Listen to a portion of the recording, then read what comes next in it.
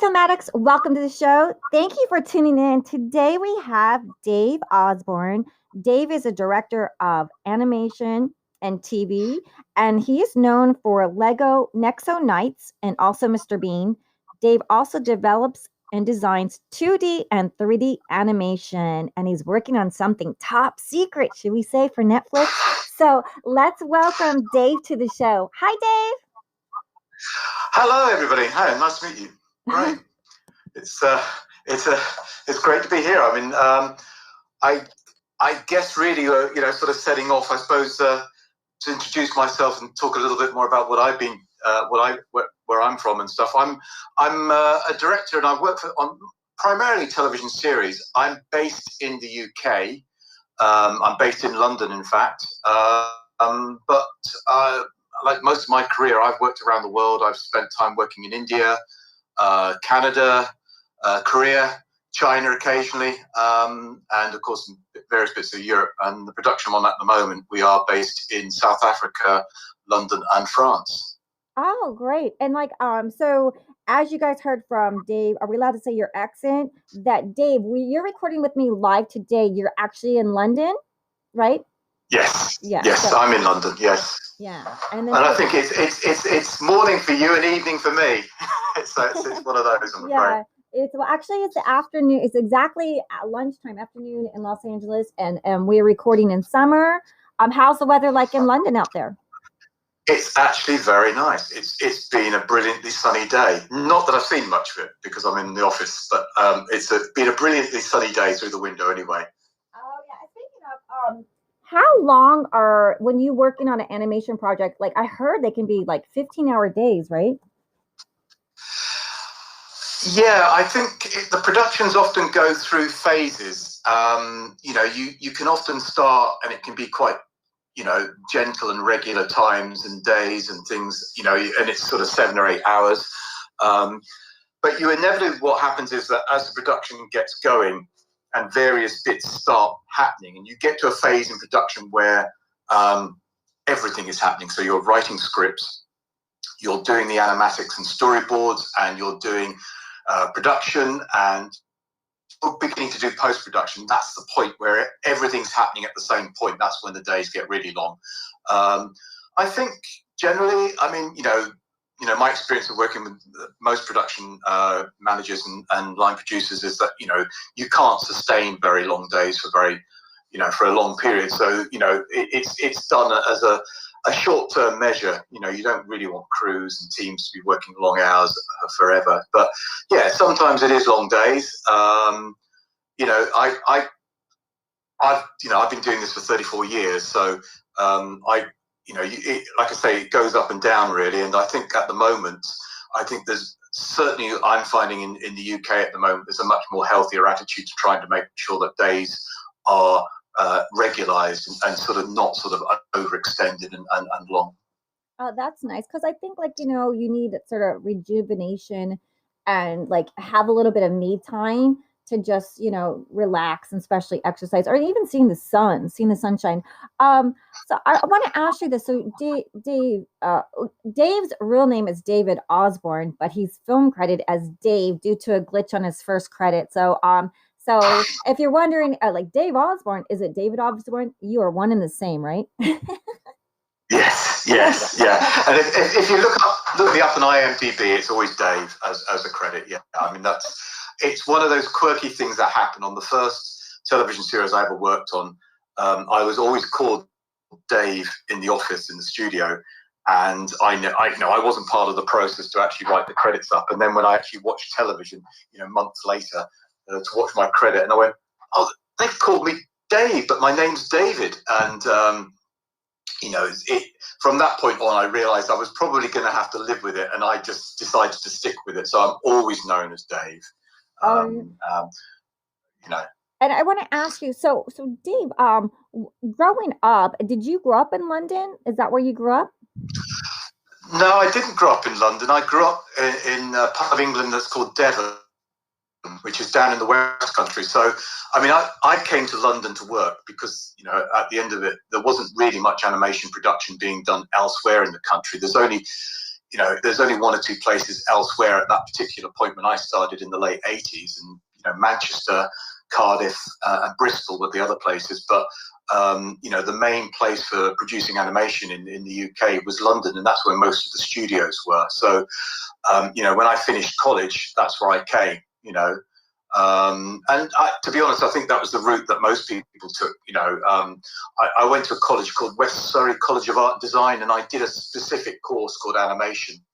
I think you had a couple of other components in there, like film and photography, but I just did animation as my particular degree.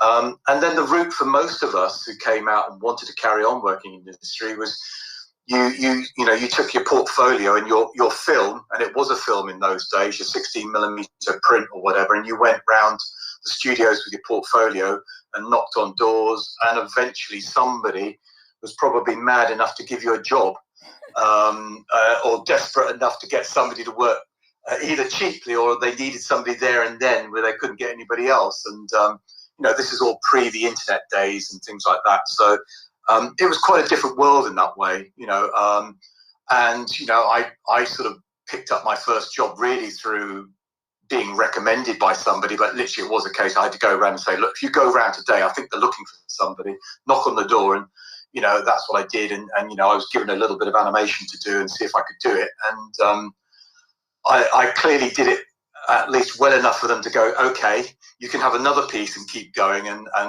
18 months later, I sort of left that studio to go off and do another production. So that was my start, but I've always been into animation. I mean, my first experience of animation was being about 5 years old, and my father worked at a dairy plant that every Christmas they had a Christmas party for all the kids of all the employees.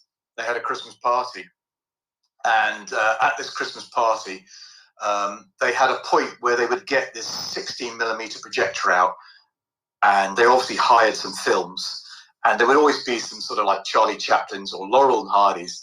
And one year there were these Tom and Jerry's, and of course for us, me growing up in the late 60s and early 70s, all television was black and white. And what happened for me at that particular point, sat in the works canteen, looking at this screen, and it just suddenly came alive, and these characters, this mouse and this cat, started running around. And I distinctly remember looking at the screen and then suddenly looking back at the projector, and I was thinking, instantly my brain was going, how does this work? I mean, it didn't do that with the other films because perhaps they were live action, and I kind of knew that there was a camera filming them. But I just looked at these characters running around this, this kind of the great animation from the 1940s and 1950s, and I was just taken aback by it. And I think from that point onwards, I was fascinated by animation. I mean, every opportunity that I had to watch it, try and find out more about it, I did. And it kind of culminated when I was in my early teens. I got hold of a Super 8 camera. I did that whole thing that a lot of people did at that point, was sort of make your own films, start drawing on bits of paper and filming them and things like that, and trying to project it. And, really, I suppose, work out the mechanics of how you make a film and how you make animated films. And, so I think that was my start point, and it was certainly, it stayed with me. And, I drew, and when it came to art college, I knew exactly what I wanted to do. I never had any doubt what I wanted to do, and I ended up at art college, as I mentioned. And I just kept on making films, and I've been making films ever since.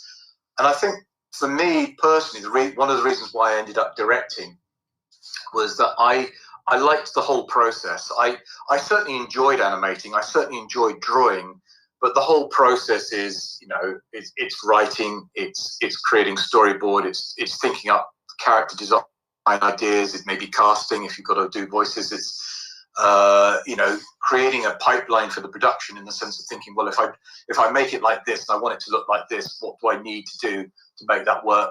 I like the whole process, and even post-production, of actually creating sound effects and all of those things, which, to be fair, at the college that we were at, we were allowed to do all of those things. I think, like a lot of colleges and the way that they operated, certainly in the UK in the 1980s, there wasn't a lot of direct education in terms of sitting you down and saying, this is how you animate. It was literally a case of, well, here's a studio full of bits and pieces that you can use, go off and do something based on this idea or based on a theme, and that's what we would do. And I certainly did that, and I think I'm not sure I knew it at the time, but I think I learned a lot about making films, about, because you make some terrible films when you do things like that, but in a way you have to sort of fail to succeed later on. And I think that was something that has stayed with me. I just enjoy the whole thing. So, as I started in my animation career, like most people, I started off as sort of an assistant and animator type thing, and working on sort of relatively low budget programs and films, and learning really. And then there was an opportunity. Somebody wanted somebody to direct a short film, and I got an opportunity to do that. So that was where I started directing, and that was probably at the sort of beginning of the 1990s. And it didn't all go directing immediately for me. I still went back and did some animation and drawing and all of that side of it. But the industry itself was also beginning to change as well. I mean, it had begun a little bit in the sort of 80s with computer-aided design work, mostly to do with supporting cameras. The rostrum cameras were sort of began to be computerized control, but we're talking very early days. It was an expensive thing to do. But I think in the early 90s, the sort of laptop, the desktop computers became very much something that became affordable and powerful enough to run graphics that were actually worth watching, if that makes sense, and things began to change. We had a system called Animo, I think, that came in the early 1990s, and we started to digitally ink and paint our work. And I think that was kind of revolutionary. I just remember, one day going in to watch the first rushes that we produced in this system called Animo, and it was on a TV monitor, which obviously was different because we were used to watching rushes on a Steenbeck and on film, and it would be probably a light rush print, so it would probably look a bit washed out as well. And we watched this, tape or whatever disc. It wasn't a disc. I think they'd had to transfer it to tape. And again, it was one of those moments, a little bit like sat back in that canteen when I was 5, and I watched it and realized I think the industry is about to change massively. It was a kind of moment for me of watching this film go through, and it wasn't all shot in sequence. It was all sort of clips and various shots from different points, and we were doing things. They'd done things in this Animo system that were so sophisticated. I remember there was a shot of a deer walking down towards the water, and it kind of lowered its head and put its head into the water and to drink, and the ripples came out, and there were all the reflections, and it was kind of multiplaning through some bushes and bits and pieces. And for the sort of work we'd been doing previously to that, I mean, to do something like I'm describing with this deer, it would have been hugely expensive. It probably would have only been done on a very expensive feature film. And yet we were doing it in a kind of office somewhere in London on a couple of computers. And I think you suddenly realize that the potential for storytelling was changing. I think the economics were changing. Clearly the skill set was going to change, what people needed to be able to do in terms of, suddenly it wasn't just about being able to hold a pencil and draw well. You were going to have to think differently. You're going to have to think about, what it was to engage with computers. And I think it was, I think in terms of my career, I think it was one of those moments where I said, okay, I have to accept this. I really have to. I have to embrace it as well, because I think this is going to revolutionise what we're doing. And I think that was a big thing for me in a way, because it allowed me to take the same attitude when other changes came along. And sometimes I don't think for me there was ever a moment quite as big as that.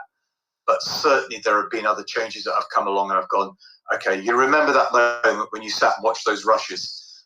This is one of those moments again, Dave. You've got to think about it like that. You've got to embrace it again and go with it. So, for me, my career as a director, I think it started in film and it's gone through tape and now it's digital. I kind of think that's a privilege in a way. I think it's a privilege to have all of that experience and understanding. I can't say it hasn't been challenging along the ways at times. It's certainly had sort of moments where I've gone, I don't know whether I can really sort of, keep going with these changes and keep up with everybody. But I think, I think ultimately you look at it and go, well, look, if it makes it better, if it makes it more interesting, if it means that we can tell more interesting stories or different stories, then I think that's a good thing. And I think reflecting on where we are at the moment in our sort of COVID and post-COVID world, I mean, I'm in a situation at the moment working with a crew and a team spread across at least currently 2 continents, Europe and Africa. I've got team colleagues in Cape Town, and I've got colleagues in Paris and colleagues in London. But our communication, it's totally through the internet at the moment. We have, like a lot of people, we have multiple meetings through the internet, and all our materials are all on a central drive, and we're sharing them like that, and we've all got access. And I think back, to even 5 years ago, maybe that wasn't possible, probably to do it to the extent that we're doing. I mean, we've had to get on with it. We've had to do it and get on with it. But I mean, I like that in a way. I like the fact that we spend our time cooperating and working things out, and dealing sometimes what are cultural divides and working those things out as well. It's part of the fun of it, as well as the fun of actually sort of telling these stories. That's amazing. Yeah. So you've come a long way from the 80s, where you started in the 90s, where you started with this Beano comic. And then you did the TV series Wiggly Park. But I want people to know that in 1999, you were one of the first to direct the fully computerized 3D TV series, which was the QBs. So that's really interesting.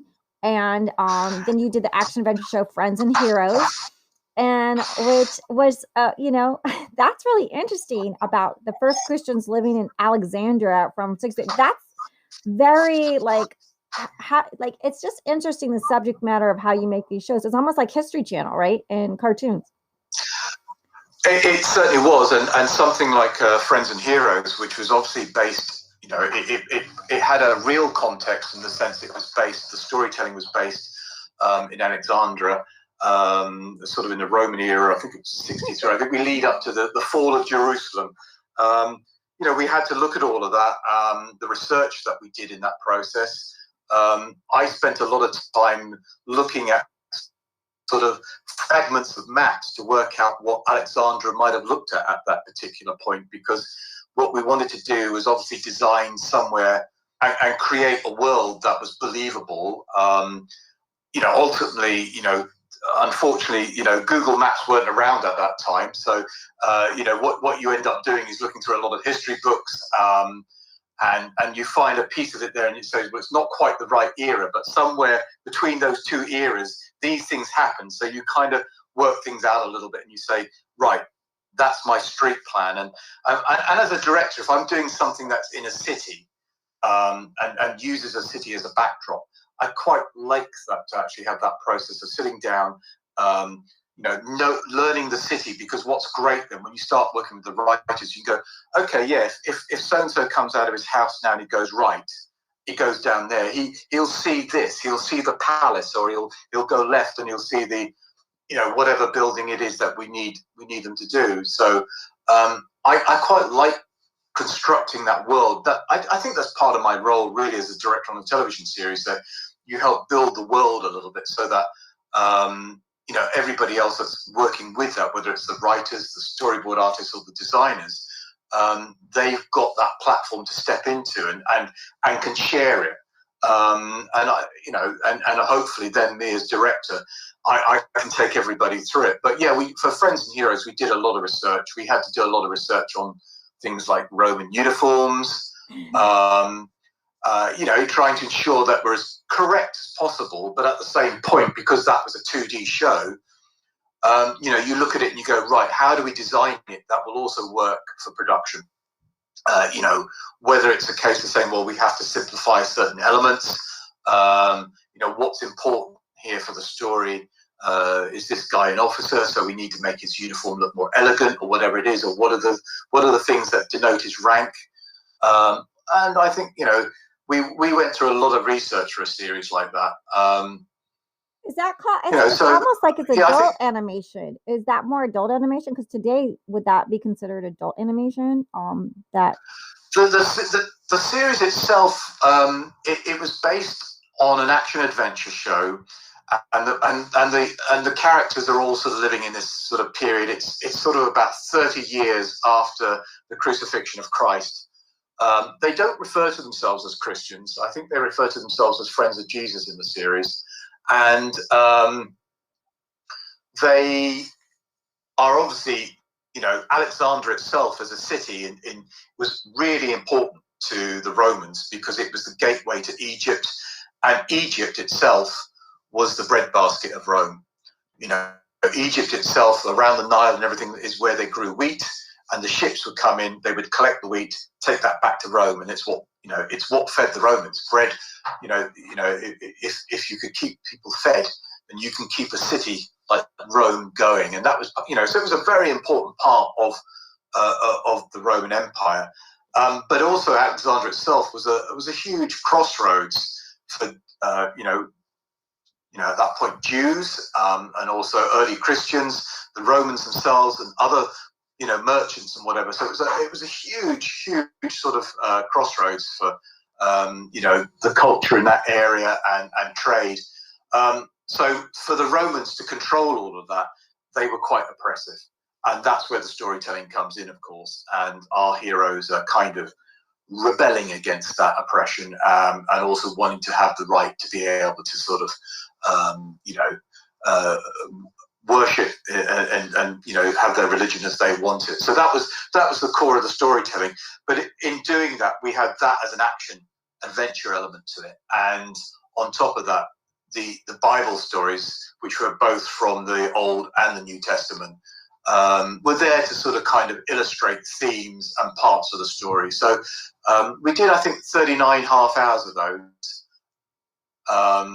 And the series itself was a serial, so each 13 episodes had a kind of overarching story, which the characters went through and got to a certain point at the end of the 13 before we kind of relaunched it at show 14, and then again later on down the line and whatever. So that was both a lot of undertaking in terms of research, making sure that the religious content was correct, and that meant reading multiple versions of the Bible, obviously to ensure that it was acceptable to a wider range of Christians as possible. And we obviously had consultants and people that specialized in all of that to actually sort of ensure that part that worked for everybody. Did you have the big lighthouse, the famous lighthouse? Did you guys design the lighthouse? Yes, we did. We did, and we had some stories. Yeah, and that was part of it. It was a big visual of it as well. It was a really nice part of the visual side of it. And the show itself, we designed it. It was obviously, that one was a 2D show, and we designed it to have it had a very warm feel to it. The color and the color palettes to it.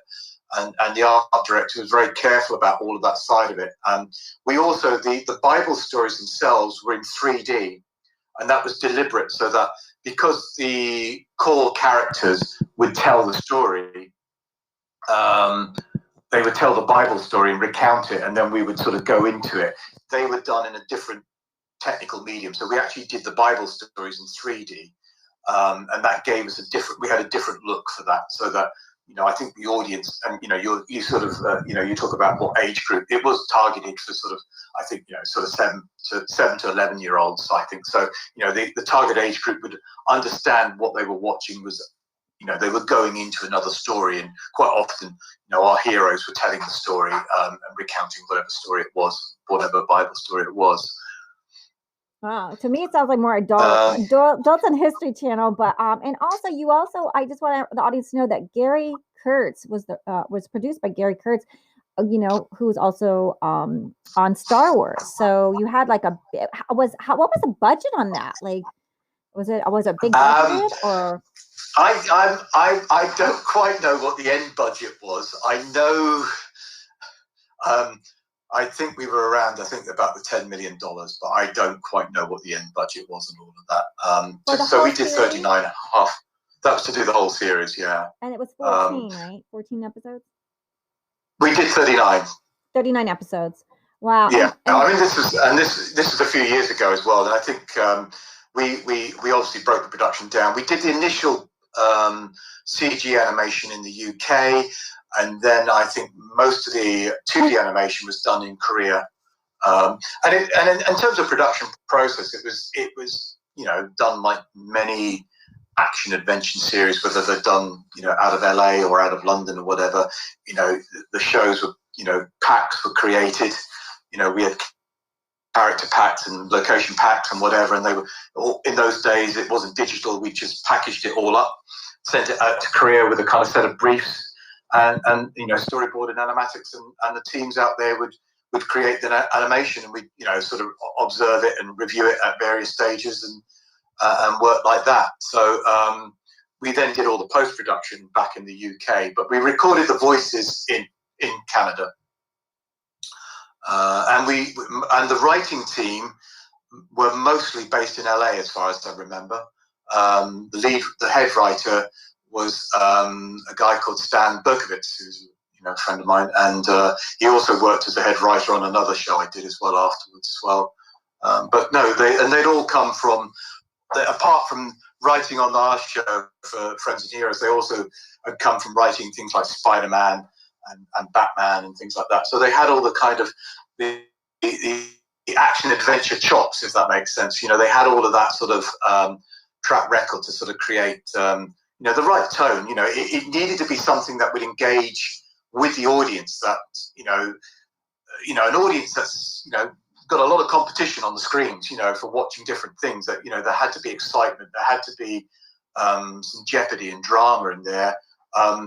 I think I feel that I think if you were a sort of 7 or 8, 9-year-old person, I think you'd be into it. You could sort of enjoy the drama of it. The stories were told from an angle where, whilst there was a realistic element to what we were doing, it certainly had enough fun in it. And the villains themselves, the key villains, were quite. We played them broader and more comical as well. The body shapes and everything like that. We played them, and yes, the Roman world was quite a cruel world at times, I guess, in reality, but we never went that far with our drama. Well, Egypt was a cruel world, wow, with all those slaves building all those things. Or at least Romans released their slaves and they no longer been slaves. So, I mean, each civilization can be cruel. But, I mean, so I want to just let our audience know we're going to do part 2 with Dave Osborne. We want you to come back. Please come back for part 2 because we want to talk about his Lego adventure animation, which is Nexo Nights, and also some things he did for Disney, including Pixar Cars, and also animated Mr. Bean, and also his secret project with Netflix. So come on back for part 2 because we have lots more to talk about with Dave Osborne.